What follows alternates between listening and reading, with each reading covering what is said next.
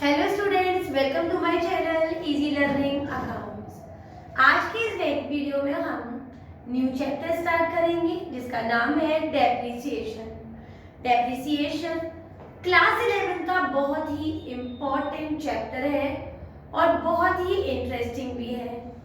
Depreciation क्या होता है, इसके फीचर्स क्या होते हैं, इसकी एंट्रीज कैसे की जाती है और इसके कौन कौन से मेथड्स होते हैं जिससे हम डेप्रिसिएशन कैलकुलेट करेंगे, ये सब हम इस वीडियो में देखेंगे।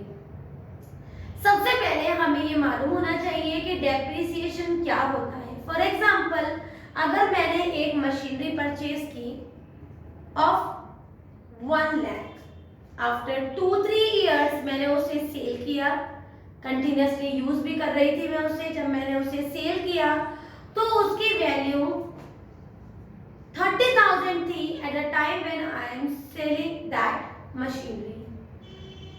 तो किसी भी वस्तु की या किसी भी एसेट्स की या किसी भी फिक्स एसेट्स की आई कैन से उसकी फॉलिंग प्राइस को, fall in that value of assets is known as its depreciation. किसी भी फिक्स एसेट्स की घटती हुई कीमत को डेप्रिसिएशन कहा जाता है। ये हमारे एक्सपेंसेस होते हैं और हमेशा P&L हमेशा डेबिट साइड दिखाया जाता है। और कई ऐसे रीजंस होते हैं बेटा किसी भी चीज के डेप्रिशिएट होने के, उन सब रीजंस को भी एक एक करके देखेंगे।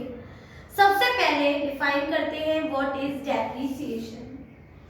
Depreciation is the fall in the value of assets because of its continuous use या usage और एक्सीडेंट, खराब हो जाए, टूट जाए, और ऑब्सोलेंस, वो अब मार्केट में ट्रेंड में ना हो, फैशन में ना हो, आउट ऑफ फैशन हो जाए, और कांस्टेंट यूज या हम उसको नॉन स्टॉप यूज कर रहे हैं, वो भी एक रीजन होता है किसी भी चीज के डेप्रिशिएट हो जाने का। तो this is known as depreciation. The next point is what is the features of depreciation. तो हमारे डेप्रिसिएशन के कई सारे फीचर्स होते हैं। सबसे इंपॉर्टेंट फीचर है इसका, जो कि डिफाइन में भी पढ़ा था हमने, fall in the value of tangible assets. Tangible assets मतलब फिक्स्ड एसेट्स अगर फॉल हो जाए, इसकी अमाउंट जो उसकी कॉस्ट प्राइस से कम हो, तो उसको डेप्रिसिएशन कहते हैं। It is an expense which does not involve cash. ये वो खर्चा है जिसमें हमें कैश देना नहीं पड़ता, लेकिन हमारी एसेट्स की वैल्यू कम हो जाती है, तो ये हमारा एक तरीके से एक्सपेंसेस है। And the third feature is the only use for the fixed asset. Depreciation concept केवल फिक्स्ड एसेट्स में ही यूज किया जाएगा, जैसे बिल्डिंग है, प्लांट है, फर्नीचर है, यही सारी चीजें बस यूज की जाती हैं when we value the depreciation. The next point is what are the causes of depreciation. किस किस रीजन की वजह से डेप्रिसिएशन हो जाता है, ये डेप्रिसिएशन फॉल हो जाता है उस एसेट्स में, वो क्या क्या रीजंस हैं, एक एक करके सारे रीजंस पढ़ेंगे। पहला पॉइंट है हमारा कांस्टेंट यूज। अगर मैं अपने लिए एक स्कूटी परचेज की, मैंने फॉर एग्जांपल अगर मैं 3 साल उसको चलाया, when I purchased that time it was of 80,000 rupees, when I used it for sorry 3-4 years I used to sell that vehicle of mine, और जब मैंने उसे बेचा तो उसकी जो बिकने वाली कीमत थी वो 30,000 या 40,000 की वो बिक रही थी। मैंने लगातार उसको 2-3 साल कॉन्स्टेंटली यूज किया है, तो इसकी वजह से भी उसकी कीमत में फॉल हो गया। तो this is one of the reason, because of constant use उस चीज की कीमत घट जाती है, उस एसेट्स की कीमत कम हो जाती है, वो फॉल हो जाती है उसकी amount, right.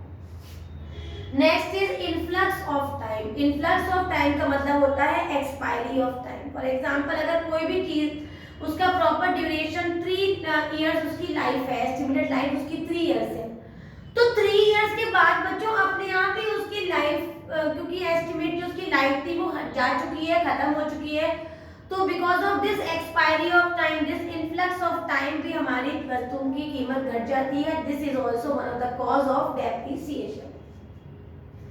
The third one is obsolescence. Obsolescence का मतलब होता है जैसे कोई भी चीज अगर हम कहें कि मार्केट में अब उतना इफेक्टिव यूज नहीं है. फॉर एग्जांपल अगर ट्रेंड में नहीं है कोई भी चीज, मान लो मैं कोई ड्रेस लेने गई और kurta pajama I purchase and that time it is of so much fashion and so much taste and preferences of the people, तो उसकी कीमत बहुत अच्छी खासी हाई थी. After few time when I want to sold that same dress and it is not regular in the market and no one is used to purchase that thing, तो अपने आप ही जाहिर सी बात है कि उसकी कीमत घट जाएगी. कोई भी चीज अब मार्केट में एग्जिस्टेंस में नहीं है तो बिकॉज क्योंकि वो ट्रेंड में नहीं है, वर्किंग में नहीं है, यूज में नहीं है और हम उस पे भी उसको सेल कर रहे हैं, तो because of this change in fashion, change of time, change of taste and preferences भी हमारी चीज की जो कीमत होती है वो फॉल हो जाती है. This is also one of the reason and one of the cause of depreciation. And the fourth one is accident. अगर हमारी कोई भी चीजें जो मेट विद एन एक्सीडेंट और वो डिस्ट्रॉय हो गई है, स्क्रैप हो गई है, खराबी हो गई है, तो अगर हम खराब चीज को बेचेंगे तो नॉर्मल है कि बेटा वो कम कीमत में ही बिकेगी. And this is also one of the important cause of depreciation. तो हमने मीनिंग पढ़ा, फीचर पढ़े और कॉजेस पढ़े डेप्रिसिएशन के. अब देखते हैं how we generalise the depreciation.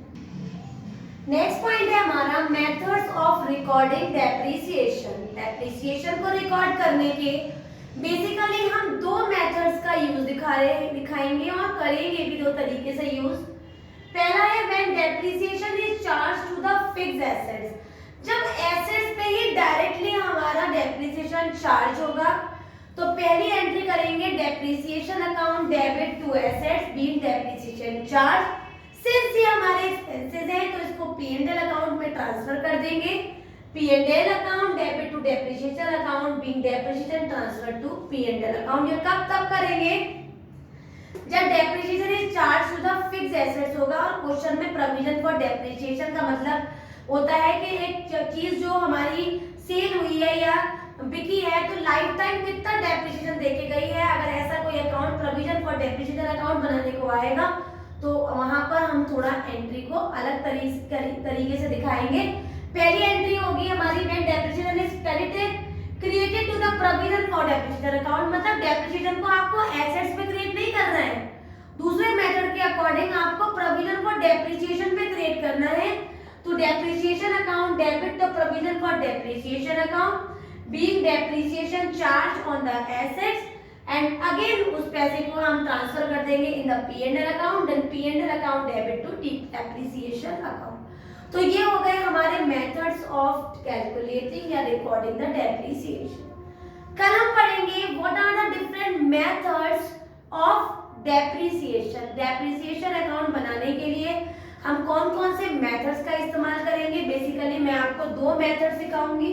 एक पढ़ेंगे हम स्ट्रेट लाइन मेथड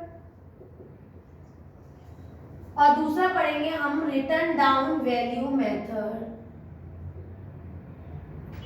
और दोनों मेथड से क्वेश्चन कैसे सॉल्व होते हैं, क्या क्या तरीका होता है, ये हम अपनी नेक्स्ट वीडियो में सीखेंगे. आज की इस वीडियो में हमने ऑलमोस्ट सारा थ्योरेटिकल पोर्शन चैप्टर का फिनिश किया, जिसमें हमने पढ़ा डेप्रिसिएशन क्या होती है, डेप्रिसिएशन के क्या फीचर्स होते हैं, इसके क्या क्या रीजंस हैं, क्यों डेप्रिसिएशन हो जाता है, क्या क्या मेथड्स है रिकॉर्ड करने के डेप्रिसिएशन. और नेक्स्ट वीडियो में मैं आपको बताऊंगी कि what are the methods of depreciation calculation. Basically बच्चों होते तो बहुत सारे मेथड्स हैं, लेकिन हम अपने कोर्स में केवल दो मेथड्स को हाईलाइट करेंगे. पहला स्ट्रेट लाइन मेथड जिसको हम ओरिजिनल कॉस्ट मेथड भी कहते हैं और दूसरा रिटर्न डाउन वैल्यू मेथड जिसको हम डिमिनिशिंग कॉस्ट मेथड भी कहते हैं. इनके फॉर्मूले, इनका way of how to prepare the depreciation account, assets account is different. इसको पढ़ेंगे और देखेंगे कि न्यूमेरिकल्स कैसे सॉल्व करते हैं. अगर आज का ये थ्योरेटिकल पोर्शन आपको समझ में आया हो, डेप्रिसिएशन क्या है, कॉजेस क्या है, ये सारी चीजें आपको क्लियर हो गई हो, तो मेरी वीडियो को लाइक करें, शेयर करें और मेरे चैनल को सब्सक्राइब जरूर करें. Thank you.